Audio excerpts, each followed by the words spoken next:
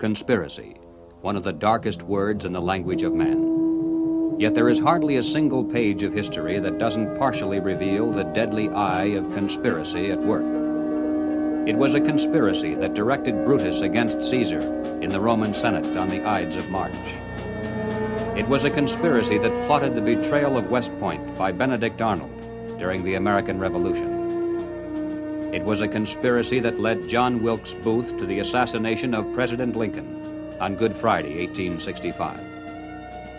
The past record of man is burdened with accounts of assassinations, secret combines, palace plots, and betrayals in war.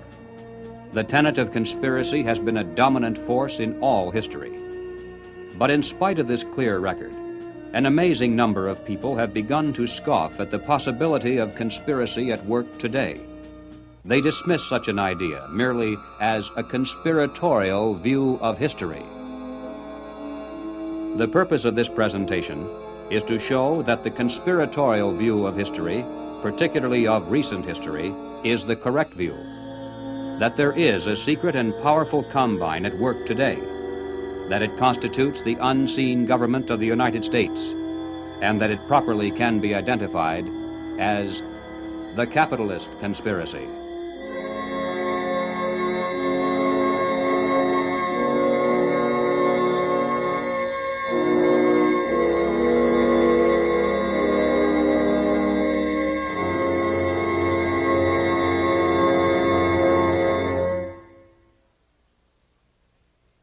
In 1963, the nation was held spellbound by the testimony of gangster Joe Valachi as he exposed the inside workings of the international crime syndicate known as the Cosa Nostra or the Mafia. No matter how carefully criminal conspiracies are organized, eventually they're exposed because someone on the inside goes to the authorities and talks. The same is true with political conspiracies. For instance, over the years, there has been a steady stream of defectors from the communist apparatus, and through their testimony, we now have a clear idea of how that conspiracy is organized and operated. But one large piece of the puzzle always has been missing. It's a matter of record that some of the greatest help to world communism often has come from prominent and respectable leaders within the United States. Obviously, these men are not communists. As a matter of fact, most of them are extremely wealthy and are thought of as capitalists who supposedly would have the most to lose under socialism and communism. And yet the record is disturbingly consistent, and Americans repeatedly have asked why. Why have some of the richest people in the United States, both in and outside of government, aligned themselves with leftist policies that would appear to be the path to their own destruction? And if there is a conspiracy at work among these men, why hasn't someone on the inside exposed it? The answer is, someone has. Dr. Carroll Quigley is a professor of history at Georgetown University. He is the author of the widely used textbook, Evolution of Civilization. He is a member of the editorial board of the monthly periodical, Current History. He has been a frequent lecturer and consultant for such groups as the Industrial College of the Armed Forces, the Brookings Institution, the U.S. Naval Weapons Laboratory, the Naval College, the Smithsonian Institute, and the State Department. Dr. Quigley also has been closely associated with many of the family dynasties of the super-rich. He is, by his own boast, an insider with a front-row view of the world's money power structure. When Dr. Quigley wrote this 1,300-page book of dry history entitled Tragedy and Hope, it was obvious that it would never be read by the masses. It was intended for the intellectual elite. And to such a select readership, Dr. Quigley cautiously exposed one of the best-kept secrets of all time. But he also made it quite clear that he was an extremely friendly apologist for this group, and that he fully supports their goals and purposes. On page 950, Dr. Quigley says, "I know of the operations of this network because I have studied it for 20 years and was permitted for 2 years in the early 1960s to examine its papers and secret records. I have no aversion to it or to most of its aims, and have for much of my life been close to it and to many of its instruments. In general, my chief difference of opinion is that it wishes to remain unknown."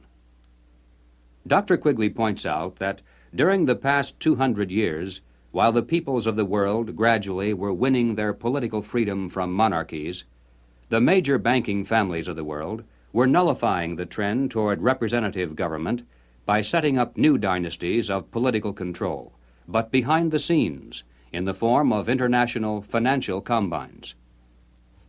These banking dynasties had learned that all governments, whether they be monarchies or democracies, must borrow money in times of emergency, and that by providing such funds from their own private resources, with strings attached, of course, gradually they could bring both kings and democratic leaders under their control.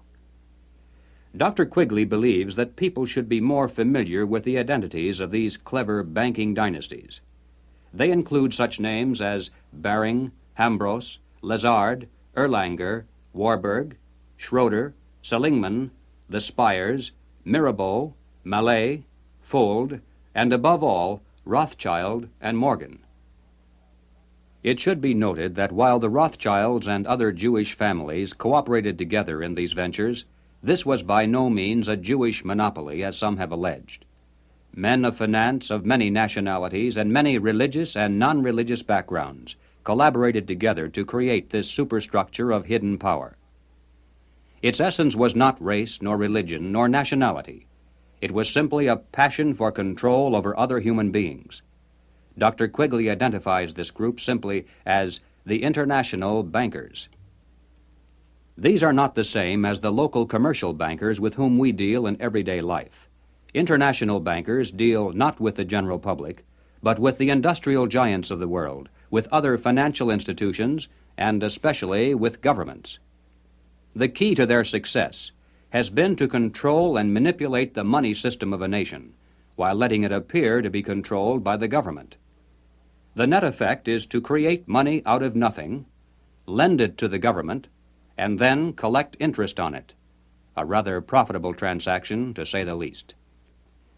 For example, in 1694, international banker William Patterson obtained the charter of the Bank of England, and the power over England's money system fell into private hands. In a boastful mood, Patterson said, "The bank hath benefit of interest on all moneys which it creates out of nothing." 230 years later, Reginald Mackina, British Chancellor of the Exchequer, said, "The banks can and do create money, and they who control the credit of the nation direct the policy of governments and hold in the hollow of their hands the destiny of the people." Turning to the United States, Dr. Quigley tells us, "The structure of financial controls created by the tycoons of big banking and big business in the period 1880 to 1933 was of extraordinary complexity, one business fief being built on another, both being allied with semi-independent associates, the whole rearing upward into two pinnacles of economic and financial power. One, centered in New York, was headed by J.P. Morgan and Company, and the other, in Ohio, was headed by the Rockefeller family. When these two cooperated, as they generally did, they could influence the economic life of the country to a large degree and could almost control its political life, at least on the federal level. In the United States, it was inevitable that the international banking interests would attempt to establish the same kind of private monopoly over the money system that they had achieved in England, France, Germany, Italy, and Switzerland. The same formula would be used: make it look like a government operation, but keep the control in private hands. John D. Rockefeller had purchased the Chase Bank, and his brother William bought the National City Bank of New York. The Rockefeller Chase Bank was later merged with the Warburg's Manhattan Bank to form the Chase Manhattan, one of the most powerful financial combines in the world today. Acting in concert with the Morgan banking dynasty, they spent untold millions of dollars to promote legislation that would grant to them a private franchise over this nation's money system. To sell this scheme to the voters, the monopolists created the propaganda line that the proposed banking law somehow would work against the monopolies. Politicians took up the cry, "Banking reform," and "Down with Wall Street." And then, to make it look convincing, the financial tycoons publicly pretended to oppose the measure, all the while financing it behind the scenes. On December 22, 1913, the Federal Reserve Act finally was passed into law. Something known as the Federal Reserve System came into being, and with it, total control over the nation's money fell into private hands. The Federal Reserve System solely is responsible for creating money in the United States. The Treasury prints only what the Federal Reserve tells it to print. The far greater amount of checkbook money is also determined by this group. Yet it is not a government agency and is entirely beyond the reach of the American voter. Technically, the stock of the Federal Reserve System is held by 12 privately owned national banks that make up the system. These, in turn, are owned primarily by the private banking dynasties that work so hard to bring that system into being. By law, the 7 members of the Federal Reserve Board are appointed by the President for a term of 14 years each. In spite of the incredible length of these appointments, nevertheless, they're supposed to create the illusion that the people, acting through their elected leaders, have some voice in the nation's monetary policies.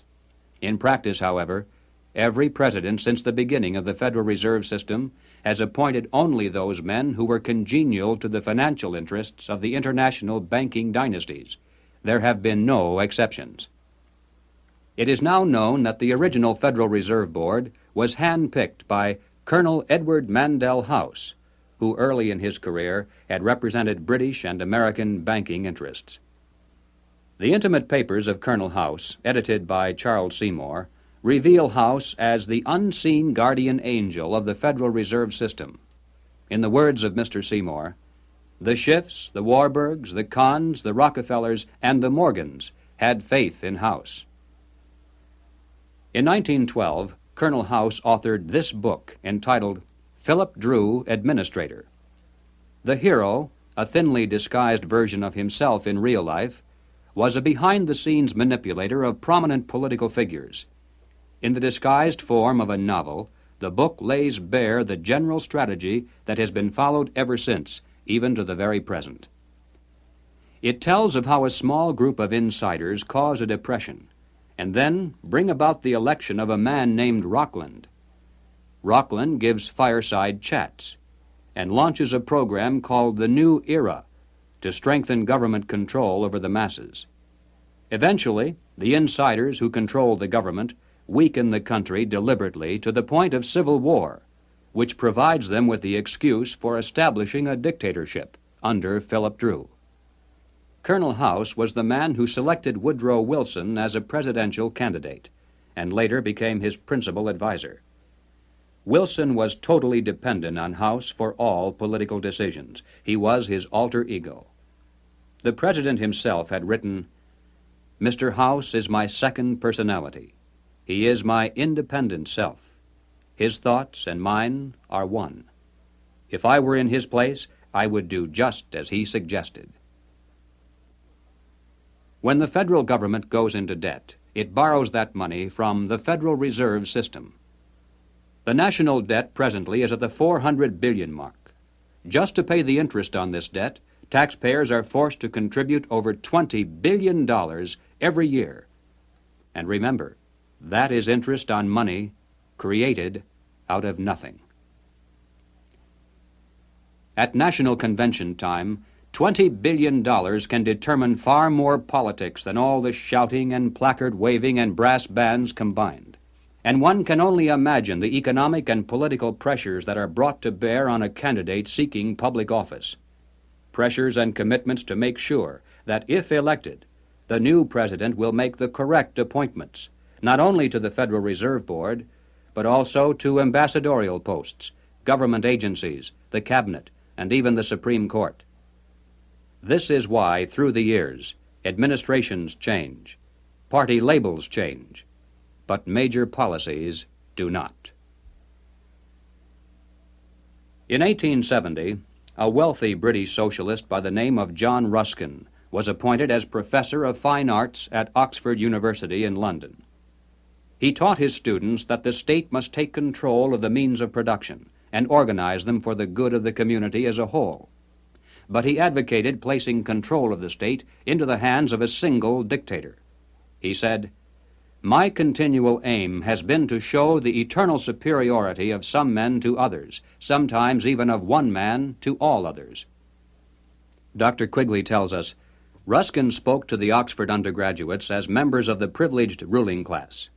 He told them that they were the possessors of a magnificent tradition of education, beauty, rule of law, freedom, decency, and self-discipline, but that this tradition could not be saved unless it could be extended to the lower classes in England itself and to the non-English masses throughout the world. Ruskin's message had a sensational impact.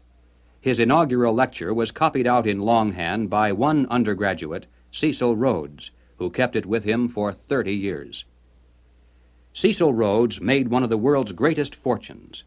With help from international bankers, he was able to establish a virtual monopoly over all the diamonds that came from South Africa, and most of the gold as well. Throughout his entire life, Cecil Rhodes spent most of his vast income to promote the ruling class ideas of John Ruskin. Many people are familiar with the world-famous Rhodes Scholarships, which were established to promote the less controversial aspects of John Ruskin's dream. But very few are familiar with the fact that in 1891, Cecil Rhodes established a secret society to promote the rest of that dream. Dr. Quigley explains, in this secret society, Rhodes was to be leader. Stead, Brett, Lord Esher, and Milner were to form an executive committee. Arthur Lord Balfour, Sir Harry Johnston, Lord Rothschild, Albert Lord Grey, and others were listed as potential members of a circle of initiates, while there was to be an outer circle known as the Association of Helpers, later organized by Milner as the Round Table Organization. Here, then, was the classic pattern of political conspiracies throughout all history. At the center, usually depicted as the all-seeing eye, there is a tiny group in complete control, with one man as the undisputed leader. Next comes a circle of secondary leadership that for the most part is completely unaware of an inner core. They are led to believe that they are the innermost ring. In time, as these conspiracies are built from the center out, they form additional rings of organization. Those in the outer echelons usually are poor idealistic souls with an honest desire to improve the world. They never suspect an inner control for sinister purposes, and only those few who demonstrate a ruthless capacity for higher leadership are ever allowed to see it. After the death of Cecil Rhodes, the inner core of his secret society fell to the hands of Lord Alfred Milner, Governor-General and High Commissioner of South Africa. As director of a number of public banks and corporate precursor of England's Midland Bank, he became one of the greatest political and financial powers in the world. Milner recruited into his secret society a group of young men, chiefly from Oxford and Toynbee Hall. And, according to Quigley, through his influence, these men were able to win influential posts in government and international finance, and became the dominant influence in British imperial and foreign affairs up to 1939. Under Milner in South Africa, they were known as Milner's Kindergarten until 1910. In 1909 to 1913, they organized semi-secret groups known as Round Table groups in the chief British dependencies and in the United States. The Round Table group in the United States promptly created an external organization known as the CFR, the Council on Foreign Relations. It is through this organizational ring and then outward, through tax-exempt foundations, universities, and government agencies, that the international capitalist conspiracy has dominated the domestic and foreign policies of the United States for over 50 years. Unless there is any doubt as to who is behind the CFR, Dr. Quigley tells us bluntly, in New York it was known as the Council on Foreign Relations and was a front for J.P. Morgan and Company in association with the very small American Round Table Group. The CFR building is located on the west side of fashionable Park Avenue in New York. Although it definitely is not the center of the conspiracy, and although practically none of its members are aware of an inner control, nevertheless it is semi-secret in its operation. It shuns publicity, and members are sworn not to disclose to the public the proceedings of its conferences and briefings. It has a formal membership of 1,400 elite personalities, In Harper's Magazine of July 1958, there is an article entitled School for Statesmen, written by CFR member Joseph Kraft. Kraft revealed that one of the chief architects for the CFR was none other than Colonel Edward Mandell House. At the time of writing this article, Mr. Kraft boasted that the CFR membership, even then, included the President, the Secretary of State, the Chairman of the Atomic Energy Commission, the Director of the Central Intelligence Agency, the Board Chairman of 3 of the country's 5 largest industrial corporations, 2 of the 4 richest insurance companies, and 2 of the 3 biggest banks, plus the senior partners of 2 of the 3 leading Wall Street law firms, the publishers of the 2 biggest news magazines and of the country's most influential newspaper, and the presidents of the big 3 in both universities and foundations, as well as a score of other college presidents, a scattering of top scientists and journalists. The CFR, from behind the scenes, has dominated this nation for decades. CFR members include top executives and journalists for the New York Times, the Washington Post, the Chicago Daily News, Harper's, Look, Time, Life, Newsweek, U.S. News and World Report, CBS, NBC, MGM. They include directors of the Ford Foundation, the Rockefeller Foundation, the Carnegie Endowment Fund. They include Presidents Hoover, Eisenhower, Johnson, and Nixon, Secretaries of State Stettinius, Atchison, Dulles, Herter, and Rusk, a fantastic percentage of the President's Cabinet, undersecretaries, the Federal Reserve Board, ambassadors to other countries, Supreme Court justices, and presidential advisors. The average American has never heard of the CFR, yet it is the unseen government of the United States. It's a sobering fact that the hidden power structure of international finance has exerted tremendous influence over public opinion in this country through its virtual control of higher education and major segments of mass communications. The human mind is like a computer. No matter how efficient it may be, its reliability is only as great as the information fed into it. If it is possible to control the input of the human mind, then no matter how intelligent a person may be, it's entirely possible to program what he will think. And yes, it's even possible to program people to laugh at the mere mention of the word conspiracy. Such programming, of course, can work in both directions. While one group has been conditioned not to see any conspiracy at work, another group has been led to believe that communists have been behind practically everything, a position easily made to look ridiculous. These well-intentioned anti-communists have been correct in their charge of conspiracy, but incorrect in knowing who to blame. As far back as 1907, Trotsky was financed by British bankers.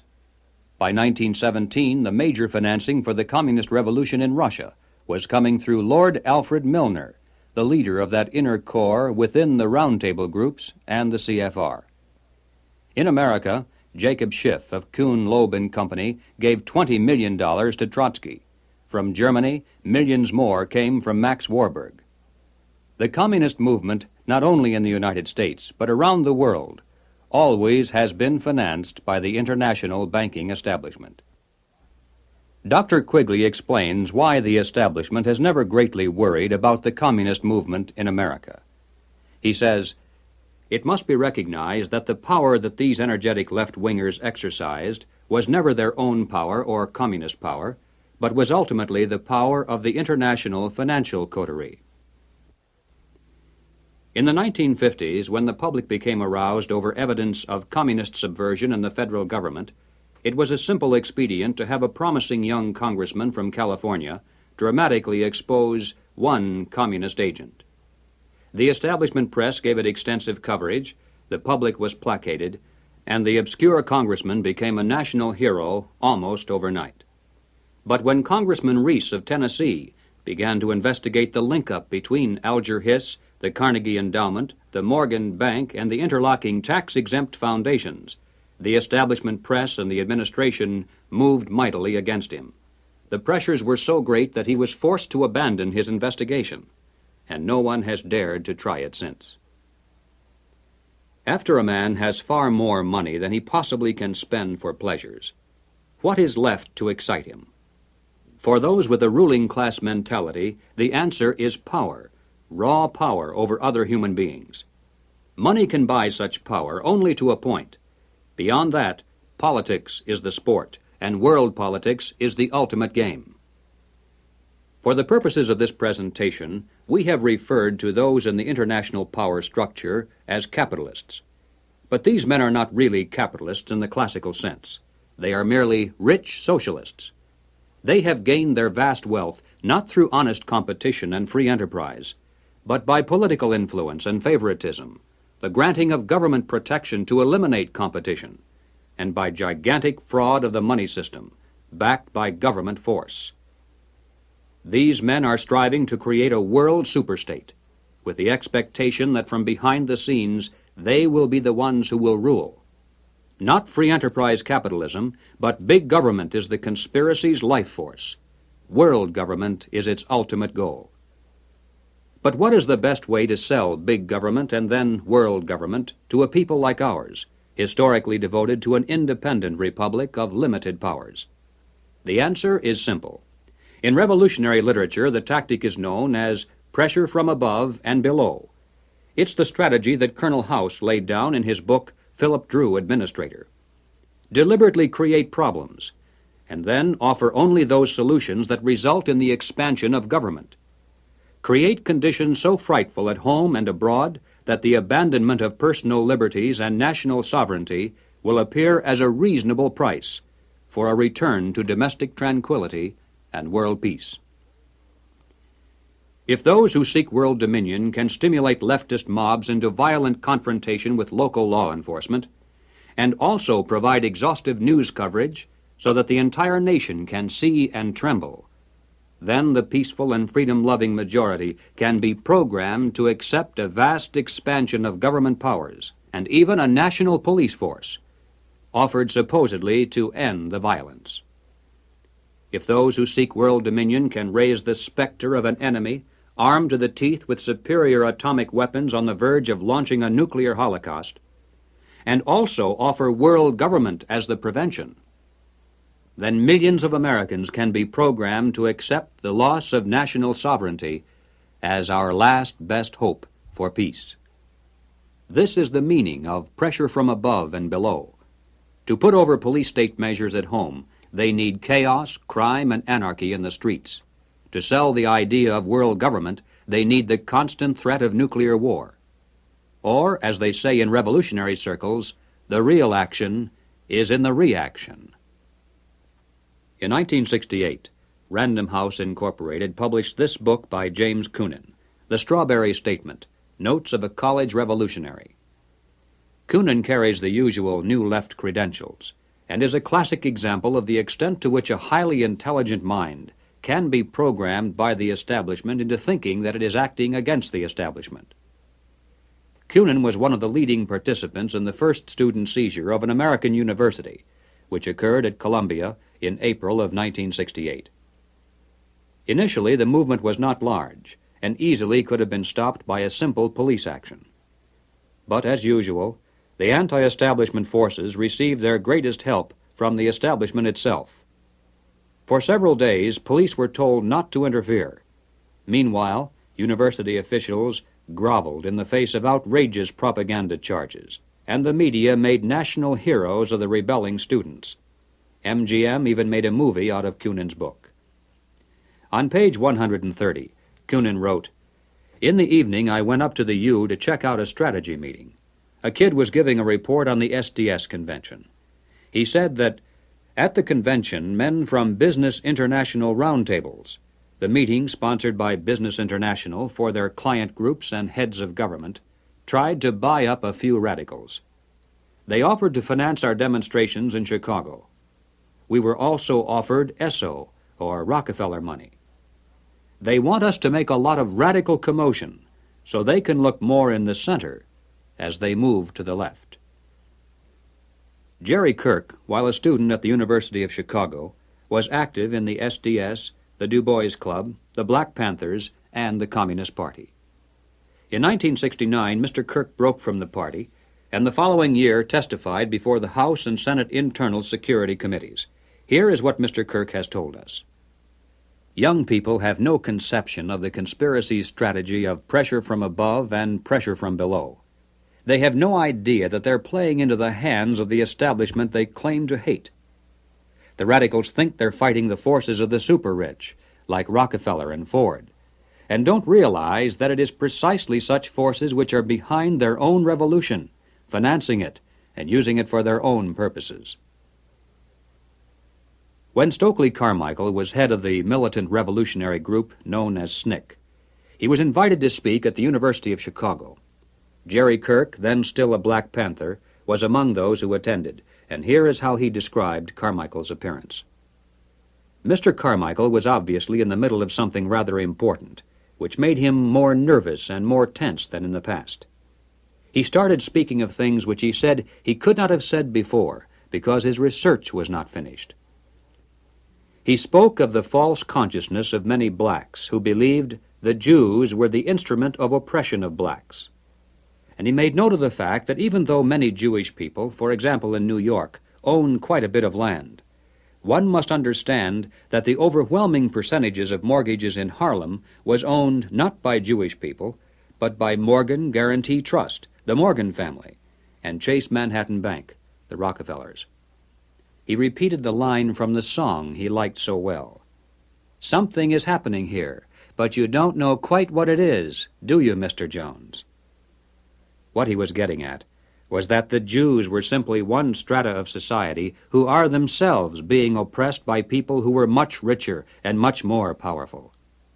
In the agencies of this power, he cited banks, the chief among which were Morgan Guarantee Trust and Chase Manhattan, and the foundations connected with these monoliths.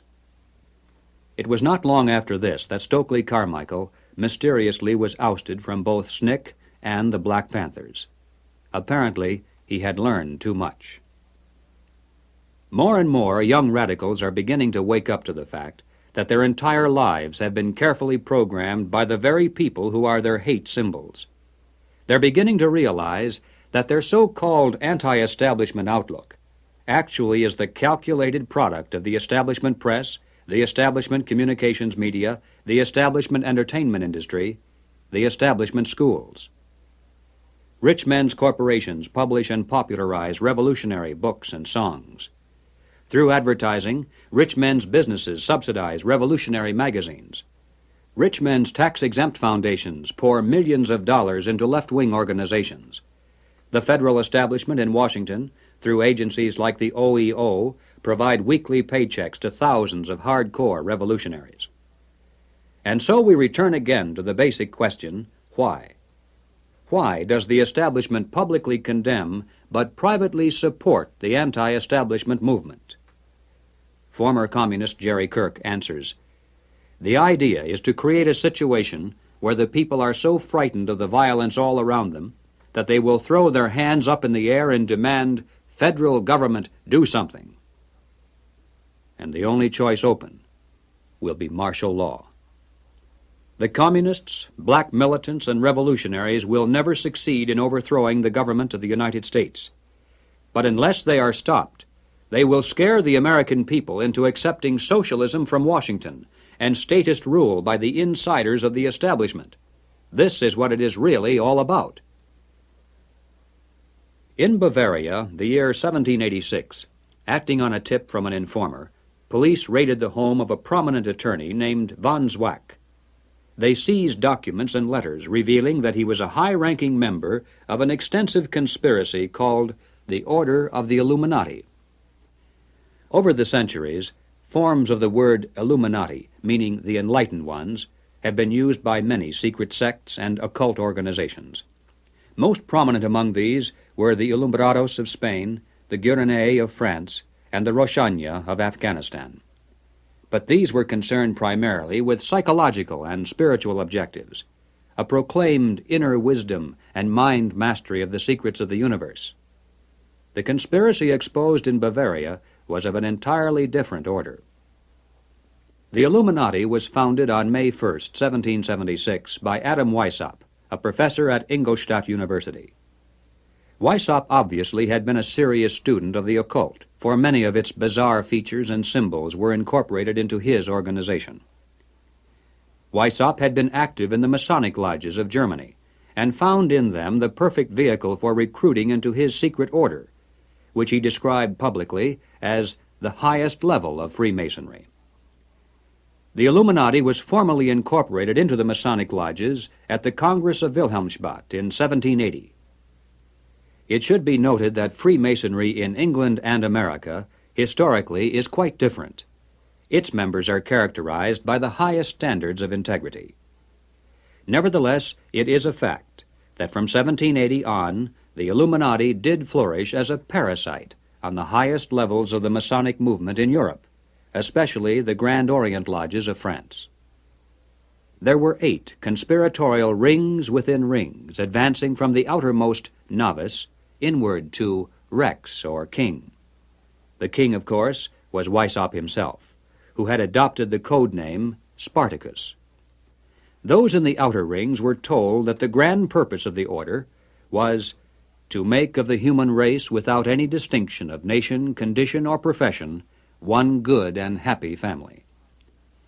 But by the time the member had advanced to the level of presbyter, or priest, his oath of absolute secrecy and obedience had become deadly serious. Only then was he allowed finally to see the ultimate goal of the order. It was the destruction of all religion, replaced by the worship of reason, or humanism, and the destruction of all independent governments, replaced by a new world order, a world government ruled from behind the scenes by the illuminated ones. Needless to say, most members were never allowed to see these goals. In the words of Adam Weishaupt himself, "These good folks swell our numbers and fill our money box. Set yourselves to work. These gentlemen must be made to nibble at the bait. But this sort of people must always be made to believe that the grade they have reached is the last." The public record of the Illuminati is quite thin, but it does show that before it was exposed briefly in 1786, it had already enjoyed immense success in attracting into its outer rings some of the most prominent men of Europe. Its roster included important names in both government and finance. It was the most important single force behind the French Revolution. Some years later, an obscure intellectual by the name of Karl Marx joined a conspiratorial circle called the League of the Just. Shortly afterward, this group reformed into still another organization called the Communist League, and in 1847 they commissioned Marx to write their policy statement for the public. It was called the Communist Manifesto. On the surface, the manifesto appealed to the workers of the world to arise against their capitalist exploiters. But it should be noted that the project was supervised by Friedrich Engels, a capitalist of substantial wealth. Marx himself was so unimportant that his name didn't even appear on the manifesto for the first 20 years after its publication. In 1920, just 3 years after the Bolsheviks seized Russia, Winston Churchill declared, "From the days of Spartacus Weishaupt to those of Karl Marx, to those of Trotsky, Bela Kun, Rosa Luxemburg, and Emma Goldman, this worldwide conspiracy has been the mainspring of every subversive movement during the 19th century, and now at last has gripped the Russian people by the hair of their heads." Each year, May 1st is celebrated by communists world over as a day of international solidarity. As mentioned previously, the Illuminati also was founded on May 1st.